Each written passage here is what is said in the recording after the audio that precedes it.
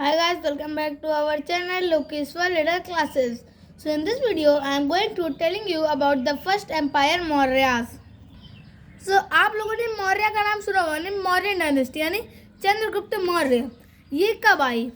तो सबसे पहले नंद डायनेस्टी आई। उसका सबसे पहला राजा कौन था? उसका सबसे पहला राजा कौन था?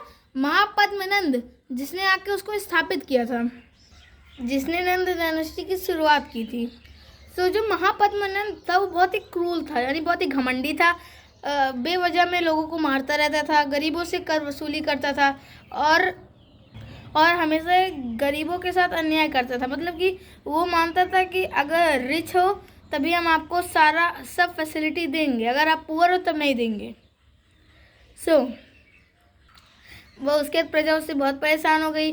फिर उसके बाद धीरे धीरे जब उसका टाइम पीरियड आया, मतलब कि जब वो बूढ़ा हो गया, बूढ़े होने के बाद मर गया, फिर उसके बाद उसका थ्रोन किसने हैंड अप कर लिया?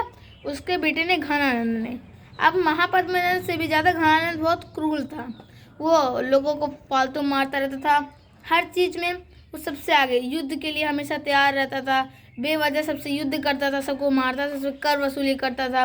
अब वो रिच के भी साथ अन्याय करता था, पुअर के भी साथ अन्याय करता था। उसके बाद में फिर जब सिकंदर ने इंडिया पर आक्रमण किया, जब घनानंद का पीरियड था, तब ग्रीस का था सिकंदर, तो ग्रीस से वहाँ पे उसने सबसे पहले आक्रमण कहा गया गुजरात में, यानी गुजरात में यानी गांधार। तो उसने अफगानिस्तान में गांधार, वहाँ पे पहले उसने आक्रमण किया। फिर गांधार से वो आया पंजाब में। अब पंजाब में ब्यास नदी के पास जब लड़ाई छिड़ी, तब उनके सैनिकों ने, मतलब लड़ाई को तैयार हुआ, तब उनके सैनिकों ने लड़ाई करने से मना कर दिया, वो लोग थक चुके थे। तब सिकंदर ने यहाँ से अपने, मतलब कि ग्रीस में वापस जाने का सोचा। फिर उसने अपने बिहाफ पर एक वायसराय सेल्यूकस को यहाँ का किंग बनाया, मतलब कि जहाँ जहाँ उसने विक्ट्री की थी वहाँ वो उसके बिहाफ पे, उसके अंडर में राज करेगा। फिर वो वापस लौट गया। उसके बाद चंद्रगुप्त ने अपने गुरु कौटिल्य यानी चाणक्य के साथ मिलकर घनानंद को मार दिया और फिर मौर्य डायनेस्टी स्टैब्लिश की। अब जब चंद्रगुप्त मौर्य शासन में आए, तब फिर वहाँ का पूरा एम्पायर बदल गया।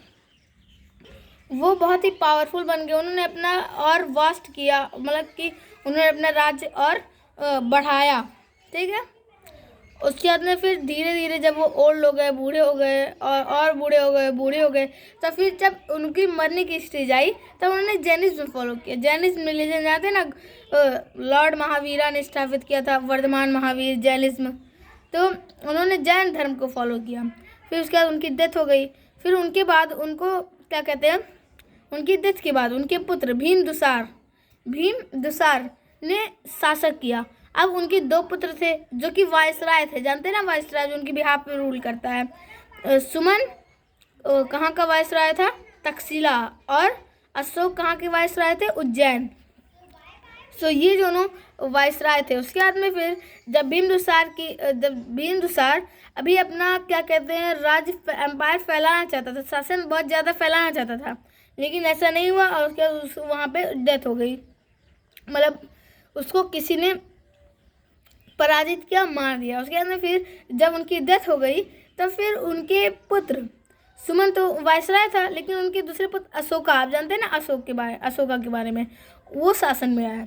अब वो शासन में आए तो उन्होंने नॉर्थ टू साउथ, अब डाउन साउथ में वो कभी भी, अब जो भीमदुसार थे वो चाहते थे कि डाउन साउथ, एकदम डाउन साउथ, जैसे केरला हो गया, कालीबंग हो गया, कर्नाटका, इन सब में भी अपना वो क्या कहते हैं राज चला चाहते थे, लेकिन नहीं, क्योंकि वो सब बहुत पावरफुल था। लेकिन जब अशोका शासन में आ गए तो उन्होंने कर्नाटका, केरला वगैरह को भी अपने अंडर में ले लिया, मतलब कि अपने अंडर कंट्रोल में ले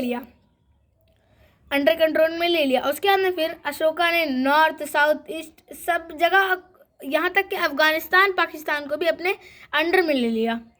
सो आज के लिए इतना ही। हम आपको अगली वीडियो में और एम्पायर के बारे में बताएंगे। So meet in the next one.